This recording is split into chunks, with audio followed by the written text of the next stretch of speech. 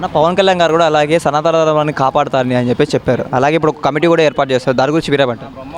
ఆయన ధర్మం ప్రకారం ఆయన ప్రయత్నం ఆయన చేస్తున్నాడు. దానికి ప్రజలు సహాయ సహకారాలు అందిస్తారో లేదో ముందు ముందు మనం చూడాలి ఆయన పరిపాలనలో. అంటే తప్పు చేయని వ్యక్తి ఎందుకు దీక్ష చేశాడు అని చెప్పేసి అయితే పేరుని నాని కానివ్వండి, గుడివాడ కొడాల నాని కానివ్వండి, ఇలా వ్యాఖ్యలు చేస్తారు పలు వ్యాఖ్యలు. రాజకీయ విమర్శలు కానీ తిప్పికొడతారు.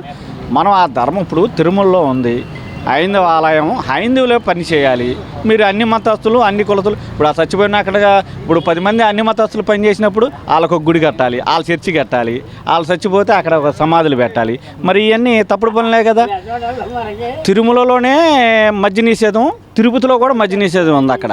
మరి అలాంటి చోట మరి మీరు అన్ని కార్యక్రమాలు మీరే చేస్తున్నప్పుడు మరి పాత గవర్నమెంటు మరి దాన్ని మనం ఇప్పుడు సమీక్షించుకొని అది ఏదైతే చేస్తే బాగుంటుందో తిరుపతికి ఆ పనులు చేయాలని ప్రజలు కోరుకుంటున్నారు. చంద్రబాబు గారు తప్పుడు ఆరోపణలు చేస్తారో అని చెప్పేసి జగన్ అంటున్నాడు కదన్నా. ఇప్పుడు చంద్రబాబు నాయుడు తప్పు చేసేది ప్రజలు చూస్తూ అన్నీ గమనిస్తూనే ఉంటారు. ప్రజలేం పిచ్చోళ్ళు కాదుగా.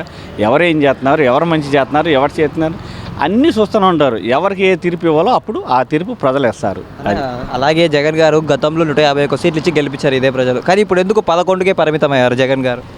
11కు పరిమితమయ్యారంటే మీరు చూసే ఉంటారు. ఎలక్షన్ ముందు వాళ్ళు ఎన్ని అడావులు చేశారు, అటు చేశారు, ఇటు చేశారు, ఆడిని కొట్టారు, ఈయన తిట్టారు. రోజు తిట్లేగా, బండ బూతులేగా.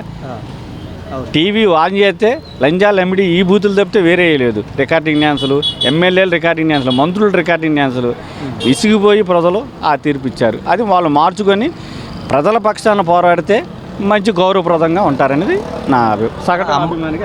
ఒక మంత్రి, ఒక మాజీ మంత్రి, ఒక ఎమ్మెల్యే ఏమంటారు అంటే మీకు 5 రూపాయలు ముష్టి పడేస్తారు అడ్లా క్యాంటీన్ ద్వారా అని చెప్పేసి అయితే కొన్ని వ్యాఖ్యలు ఇచ్చారు. దాని గురించి మీరేమంటారు? బాగా బలిసిపోయి కోటీశ్వరులు అయ్యి ఉన్నారు వాళ్ళు. తిన్నదరకి ఏమంటారు, పేద ప్రజలు తినే తిండి మీద కూడా నిందలేయటం మొదలెట్టారు. అలాంటి వాళ్ళని మనం అసలు ఎంకరేజ్ చేయకూడదు. అది ప్రజలు అసలే అసహించుకుంటున్నారని కూడా వాళ్ళకి సిగ్గు చెరవం లేదు. కాబట్టి ప్రజలు అన్నీ గమనిస్తూ ఉంటారు. ఏ టైంలో ఏ తీర్పు ఇవ్వాలో ఆ తీర్పు.